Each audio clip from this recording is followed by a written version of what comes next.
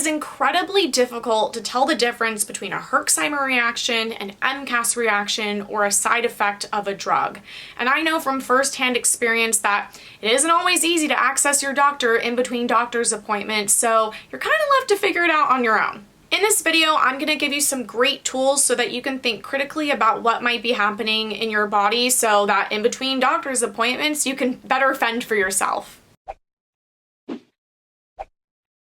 Hello, fellow health-seeking humans. If you're new to my channel, my name is Jake. So how do we tell the difference between these three things? The short answer is that all three have overlapping symptoms, so it's pretty much futile to try to distinguish between them, and you should just give in to the suck. Thanks for watching. Bye! I want to first briefly define these three things so we can all be on the same page. A Yerish Herxheimer reaction, or herx, or herxing, is an inflammatory reaction that happens after starting antibiotic therapy. Herxes can manifest with symptoms such as fever, shaking from a high fever, sweating, headache, flushing, muscle pain, low blood pressure, malaise, and anxiety. When you're reading about herxing, you will often read that it can be accompanied by an exacerbation of an individual's current symptoms. This is an important point that confused me early on in my journey, so we're going to come back to it, so hold on to that up here. These reactions in general are poorly understood, but they have been observed in the treatment of many infectious diseases, including Lyme disease or borreliosis, bartonellosis, and brucellosis. Now, there's a lot of conflicting evidence in the scientific literature about how herxes happen in the body. The way that this reaction probably works is that antimicrobials kill microorganisms, and so that's accompanied by an inflammatory immune response that involves the release of inflammatory biochemicals, and those cause the symptoms of a herx.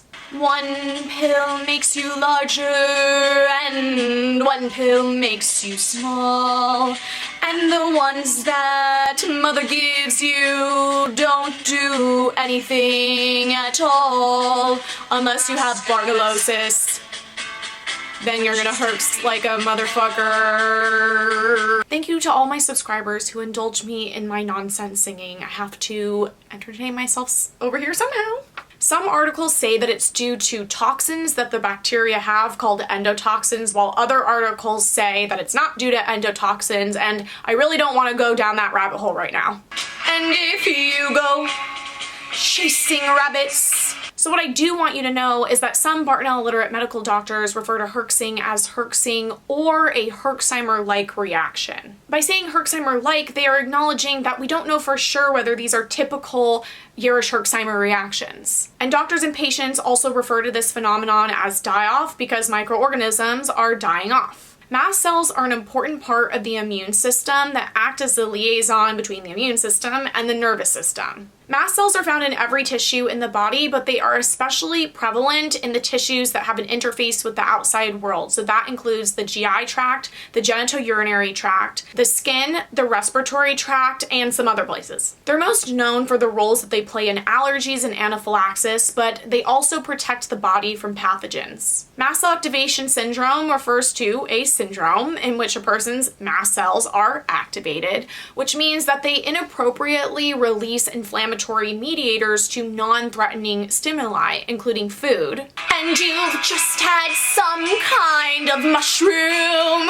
Medication, smells, chemicals, and other triggers. Clinically, we know that chronic infections and dysbiosis can trigger or at least exacerbate MCAS. Many MCAS experts are not currently open to the idea that this is true, but I'm confident that this will change in the coming years. MCAS can cause many seemingly unrelated symptoms that are different for each individual, and they can present as allergic type and non-allergic type symptoms. The list of possible MCAS symptoms is far too long to say out loud, so I'll put a couple of slides up right now with a list of symptoms that you can pause and read or take a screenshot. And finally, let's define the side effects of a medication. I'm pretty sure I don't really need to define what side effects of a medication are, but this brings us to our first concept that will help us think critically about what might be happening in our bodies. If you look at the side effects of some of the medications that are most effective for bartonellosis, you will notice that there's a lot of overlap with MCAS symptoms and herxing. One reason for this overlap is that the body only has so many ways of expressing that something is wrong. When something's going wrong in your GI tract, you can vomit, belch, have reflux, become nauseous, have excess flatulence, bloat, have diarrhea, or have constipation, and that's kind of about it.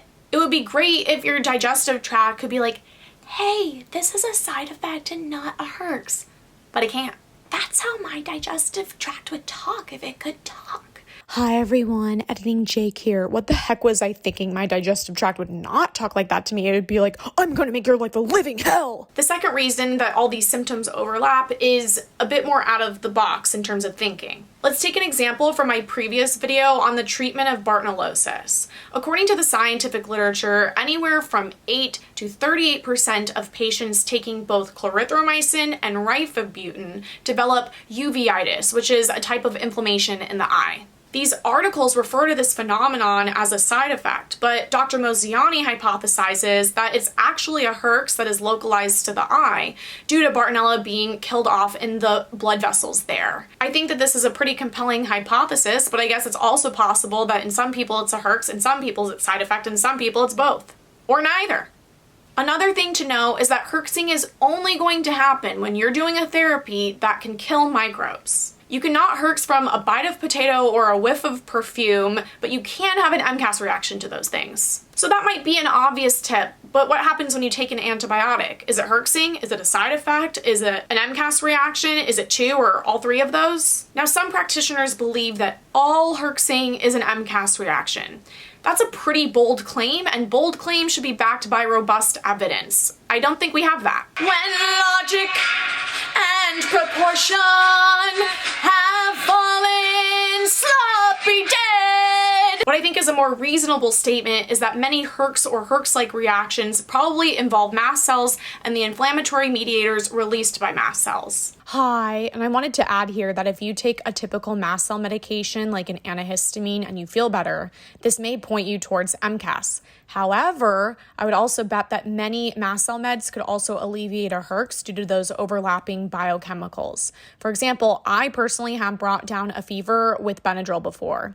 So in order to sort this all out, I would recommend keeping a health journal to look for patterns, which can be tyrannical, but it's important. Now let's revisit the concept that herxes often involve an exacerbation of your current symptoms. Whenever I would tell my practitioners that I reacted to an antimicrobial with something like nerve pain, they would be like, oh, it's die-off, oh, it's die-off. This is a perfect reenactment of what they would do. This drove me nuts because I felt like they weren't listening to me because I would get nerve pain from things that literally cannot give you die-off, like food or a vitamin supplement. Doctors, you want to take this outside. But fortunately, and also unfortunately, the longer that you're at this, you will become better at tracking patterns for your own body to be able to figure out what might be going on. For me personally, when I react to an antimicrobial, I will go way down on the dose and titrate up excruciatingly slowly. Recently, when I was trying to treat SIFO with nystatin, I started at an absurdly low dose, but I could never go up on the dose and I could never gain tolerance. So this signaled to me that this was an MCAS reaction and not die-off. When I switched over to compounded iconazole, I got burning nerve pain and heightened fatigue after each dose. For me personally, I'm not saying this is for everyone, burning nerve pain most often signals MCAS, but fatigue does not. After a few days, these symptoms went away, which signaled to me that the iconazole was bringing the fungal load down and helping that fatigue, but also helping the MCAS by bringing the fungal load down, and then I was able to slowly titrate up. And sometimes you have to stop treatment to figure out what's going wrong. Some doctors don't like this, and some ill-informed patients online will tell you that it dooms therapy. This does not doom therapy. 4 months ago, I had to stop antibiotic treatment for bartonellosis because I had brain fog, fatigue, and this inconsolable dark mood that I had never had before that was being blamed on herxing. But my mom and I knew that this was not die-off, this was something different. Having to stop treatment crushed me, but it allowed us to try the iconazole, and for the first time in 4 months, I have improvement and therefore hope. Had we continued to push through this herx, I could have made my SIFO way worse than it already was. I could have made my immune dysregulation way worse than it already was, and I could have lost more foods. Stopping meds can sometimes give you clarity. Not everything is die-off. We have to always be advocating for ourselves and always thinking critically. Feed your head!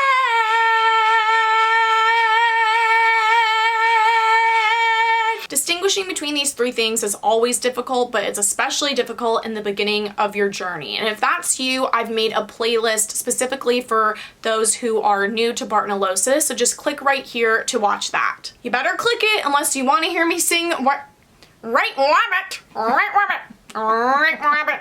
Maybe I won't sing it, maybe I'll just keep going. Right Rabbit, Right Rabbit. When the man on the chessboard